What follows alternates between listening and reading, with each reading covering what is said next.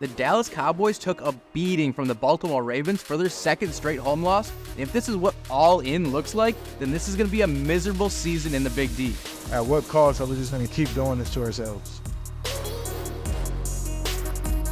How's it going today? My name is Jesse McNamer and welcome to Point of View. Before we get into it today, I just want to say we always appreciate your feedback and look forward to reading your comments like the one we've got here. Hey Waller, I'm sure the Cowboys fans here can tell you all about the Andy Dalton experience and why you shouldn't get too excited based on one game. Also, be sure to stay tuned to the end of this episode to see if you can guess today's trivia question down below. To today's topic, has the magic of AT&T Stadium officially worn off? This is now the Cowboys' third straight putrid performance at home, and the sky may be falling earlier than it usually does in Dallas. I mean, the fans usually get at least a fun regular season before the pain shows up, but this team might not even give them a chance to get their hopes up. Sunday's loss to the Ravens may look like a nail-biter with a final score of 28-25, and maybe it was for a little bit right at the end, but it was nearly wire-to-wire whooping from Derrick Henry and the Ravens in front of Dallas home fans.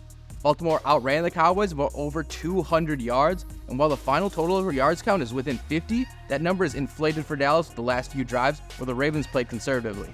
And it wasn't just some ho-hum runs led by physical line play. It was that for some of it, but you also had the humiliating runs like this one from Derrick Henry to start the second half. The line creates the gap, but then your all-pro safety misses, and your rookie corner gets his welcome to the league moment on the stiff arm. That play, along with Dak and CeeDee Lamb showing some tension on the sideline, encapsulated roughly the first 50 minutes of that game, and even though the Cowboys made a comeback to end that game and make it a respectable score, it shouldn't hide the fact that this team is still nowhere near ready to compete for a Super Bowl. And it's hard to pinpoint one reason or even a couple. It's been the whole organization lately. I mean, the defense gave up touchdowns on the first 6 drives last week to the Saints, and the Ravens began the day with 2 70-yard-plus touchdown drives.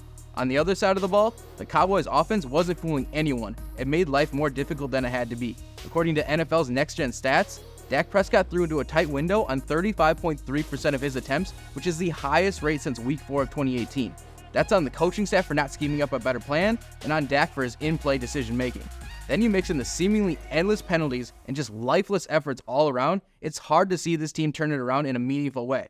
And this all comes after an offseason where Jerry Jones repeatedly said they were all in. Well, when Mr. Jones was asked if the difference in the run game between the Cowboys and Ravens made him rethink his offseason approach, he had this to say about former free agent back Derrick Henry. Why can't you buy a mansion when you live in a different kind of house? We couldn't afford it. You can't make that all fit. It's simple as that. Is it really as simple as that? Sure, at the time you were signing Ezekiel Elliott, you didn't have a lot of options. But it's your own fault, Jerry. The Cowboys currently have over $25 million in cap space, and that's largely because the new extensions for Dak Prescott and CeeDee Lamb created an extra $19 million of space for this season. The problem is, you dragged your feet on those extensions and didn't have the cap space when you needed it. Now, you're stuck watching Derrick Henry annihilate your defense while you fall to 1-2 on the season. And that's just one of the many issues with this year's Cowboys team that's going to make this season and like every other season in recent memory. But hey, at least Brandon Aubrey's got a cannon for a leg. And I'll say something positive before we close this one out. It is only week 3, and this roster is very similar to the one that lit up the league last regular season. But with a short turnaround for Thursday night game, there's not a lot of time to fix what went wrong, and games against the Steelers, Lions, and 49ers are looming close behind. And here at BVM Sports, we've been skeptical of this all-in approach since last season's playoff debacle. For more on that, check out this past episode of Point of View.